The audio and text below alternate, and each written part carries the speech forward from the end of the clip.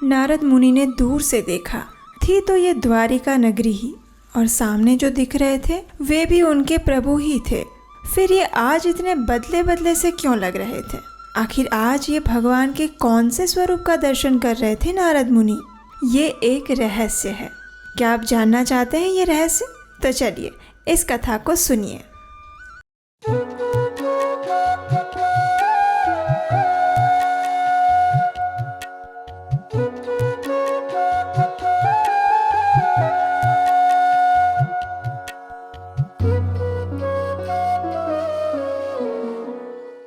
हरे कृष्णा। द्वारिका के महल में आज कुछ विशेष चहल पहल हो रही थी, और वो भी रानियों के भवन में ही। आज माता रोहिणी भगवान श्री कृष्ण की सभी रानियों को कुछ रोचक रहस्य बताने वाली थी। भगवान श्री कृष्ण और बलराम जी तो पहले से ही अपने राज्य के कार्यभार को देखने के लिए सुधर्मा भवन में चले गए थे, इसलिए महल में सभी रानियां अकेली थी। और यही तो वो समय था जो उन्होंने विशेषकर चुना था, जब भगवान श्री कृष्ण यहाँ उपस्थित ना हो और तभी वे माता रोहिणी से भगवान की वृंदावन लीलाओं की चर्चा सुने। तो बस आज भगवान श्री कृष्ण की सभी रानियां माता रोहिणी से ये जान लेना चाहती थी कि आखिर वृंदावन में ऐसा विशेष क्या था जिसे भगवान आज तक भुला नहीं पाए थे।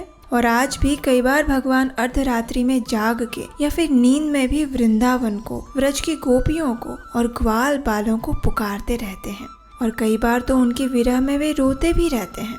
सभी रानियां ये सोचकर अत्यंत दुखी रहती थी कि हम भगवान की दिन रात इतनी सेवा करती हैं, लेकिन फिर भी हमारे स्वामी वृंदावन को ही क्यों याद करते रहते हैं। और आज इसी रहस्य से पर्दा उठने वाला था।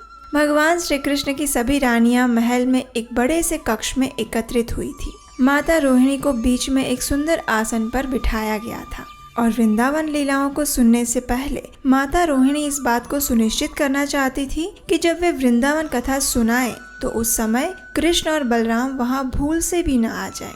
इसलिए इस कड़ी सुरक्षा की जिम्मेदारी सौंपी गई भगवान श्री कृष्ण की बहन सुभद्रा जी को। सुभद्रा जी भी इसे अपना सौभाग्य समझते हुए दोनों हाथों को फैलाकर उस कक्ष के द्वार पर खड़ी हो गई। आखिर उनकी पहरेदारी में कृष्ण और बलराम अंदर आने की हिम्मत कर ही नहीं सकते थे। तो बस सारी तैयारियां हो चुकी थी, और अंत में माता रोहिणी ने भगवान श्री कृष्ण की वृंदावन लीलाओं को सुनाना शुरू किया। सुभद्रा जी वैसे तो द्वार पर पहरा दे रही थी, लेकिन वृंदावन की मनमोहक लीलाओं ने उन्हें भी अपने रस में डुबो दिया। उनकी बाह्य चेतना खो गई, और उसी क्षण कृष्ण और बलराम वहां पहुंच गए। अब सुभद्रा जी तो स्वयं इस कृष्ण रस की धारा में बह रही थी कि उन्हें पता ही नहीं चला कि कब उनके दोनों भाई वहां आ गए और उनके साथ खड़े हो गए।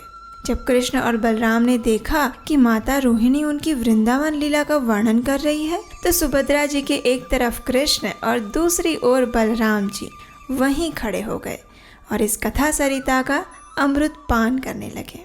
अब देखिए, माता रोहिणी जितनी मधुरता और प्रेम के साथ वृंदावन की एक एक लीलाओं का वर्णन कर रही थी, उसे सुनकर कृष्ण और बलराम को यही लगा कि वे वापस वृंदावन में आ गए हैं। उनकी बाह्य चेतना जाने लगी। वृंदावन से इतना विरह का अनुभव होने लगा कि उनके शरीर के अंग शिथिल पड़कर अंदर की ओर संकुचित होने लगे। उनके नेत्र इस दृश्य को पुनः देखने के लिए विशाल हो गए, और इस प्रकार वृंदावन विरह में वृंदावन कथाओं को सुनते हुए कृष्ण, बलराम और सुभद्रा जी के स्वरूप कुछ अलग ही हो गए। और दैव इच्छा से उसी क्षण नारद मुनि विहार करते हुए वहां आ पहुंचे। भगवान श्री कृष्ण का ऐसा मनमोहक रूप उन्होंने आज तक कभी नहीं देखा था। वे सोचने लगे कि आखिर ये वही द्वारिका नगरी है, ये मेरे प्रभु भी वही है, लेकिन फिर भी आज ये इतने बदले हुए से क्यों लग रहे हैं। आखिर जब वे पास पहुंचे और उन्होंने देखा कि भगवान का ये स्वरूप तो माता रोहिणी द्वारा सुनाई जा रही वृंदावन लीलाओं के कारण अस्तित्व में आया है। जैसे ही नारद मुनि ये समझ पाते, तब तक तीनों भाई बहन वापस अपनी बाह्य चेतना में आ गए और उन्होंने पुनः अपना मूल स्वरूप धारण कर लिया। लेकिन अब देखिए, ये तो हमारे परम शुद्ध भक्त नारद मुनि हैं। उन्होंने भगवान से बहुत प्रार्थना की और कहा कि उनके इस दिव्य स्वरूप का दर्शन संपूर्ण विश्व को होना चाहिए, और अपने भक्त की इच्छा को भगवान कैसे मना कर सकते थे। तो इसलिए उन्होंने इसी स्वरूप में कलयुग में इस धरातल पर प्रकट होने का निर्णय किया। और ये स्वरूप यानी हमारे प्यारे जगन्नाथ जी, बलदेव जी और सुभद्रा मैया। जी हाँ, तो जगन्नाथ जी का ये स्वरूप ना तो अपूर्ण है और ना ही अमानवीय। और जिस दिन ये स्वरूप इस धरातल पर प्रकट हुआ था, यानी जिस दिन भगवान श्री कृष्ण जगन्नाथ स्वरूप में राजा इंद्रद्युम्न के समक्ष प्रकट हुए थे, वो दिन यानी स्नान यात्रा का दिन। जी हाँ, ज्येष्ठ मास की पूर्णिमा के दिन प्रत्येक वर्ष हम जगन्नाथ जी के आविर्भाव का दिवस यानी स्नान यात्रा का दिन मनाते हैं। इसी दिन जगन्नाथ जी राजा इंद्रद्युम्न के समक्ष प्रकट होते हैं और उन्हें आदेश देते हुए कहते हैं, हे राजा, ज्येष्ठ मास की पूर्णिमा मेरी जन्म तिथि है। उस दिन तुम विधि विधानों के अनुसार मेरे महास्नान की तैयारी करवाओ। जाओ, सिंधु के किनारे पर जो अक्षय वट है, उसके ठीक उत्तर दिशा में सभी तीर्थों से पूरित जल युक्त एक कुआं है और वो रेत से ढका हुआ है। अपने सैनिकों से कहो उसकी खोज करें और उसके जल से मेरे स्नान की तैयारी करवाओ। लेकिन उससे पूर्व रक्षक, क्षेत्रपाल तथा दिक्पालों की सहायता से वैदिक विधि अनुसार शंख, कहाल, मुरज इत्यादि वाद्य यंत्रों की ध्वनि के साथ उस कुएं का संस्कार करवाओ और उसके बाद सर्व तीर्थमय जल से मुझे प्रातः काल में स्नान करवाओ और इस परंपरा को आने वाले समय में भी यथावत जारी रखो।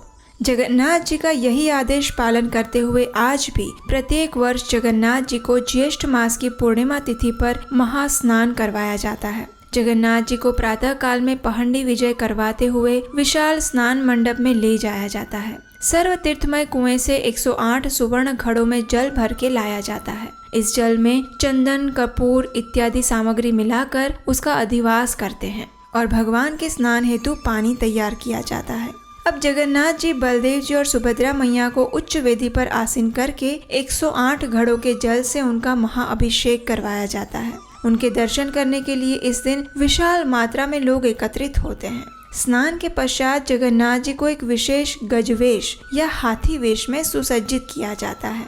उस समय सभी लोग भगवान के नजदीक जाकर एवं उन्हें आलिंगन करके दर्शन कर सकते हैं। और आप जानते हैं कि ये वेश उन्हें क्यों पहनाया जाता है? अगर आप ये जानना चाहते हैं तो भगवान जगन्नाथ की गजवेश कथा जरूर सुनिए। उसका लिंक नीचे डिस्क्रिप्शन बॉक्स में दिया गया है। महाअभिषेक और गजवेश धारण करवा के जगन्नाथ जी, बलदेव जी और सुभद्रा मैया को स्वादिष्ट विशाल भोग अर्पित किया जाता है और बस फिर वही होता है जो आप सबके साथ होता है, और वो ये कि इतना स्नान करने के बाद, इतना भारी मात्रा में भोग ग्रहण करने के बाद फिर वे 15 दिनों के लिए बीमार पड़ जाते हैं और फिर वो समय वे अपनी पत्नी लक्ष्मी देवी के साथ व्यतीत करते हैं। 15 दिन के इस कार्यकाल को अनावसर कहा जाता है, जिसमें जगन्नाथ जी को बीमारी से ठीक करने के लिए कड़वी दवाई और काढ़ा पिलाया जाता है। और फिर जैसे ही वे ठीक होकर बाहर आते हैं तो तभी उन्हें इच्छा होती है नगर भ्रमण करने की, क्योंकि इतने दिन से घर में थे तो थोड़ा बाहर घूमने का भी मन करेगा ना उन्हें। तो बस जब वे बाहर नगरचर्या देखने को जा रहे हैं, वही दिन है रथ यात्रा का दिन। तो स्नान यात्रा के दिन इस्कॉन के सभी मंदिरों में रथ यात्रा से पूर्व स्नान यात्रा का विशाल उत्सव आयोजित किया जाता है।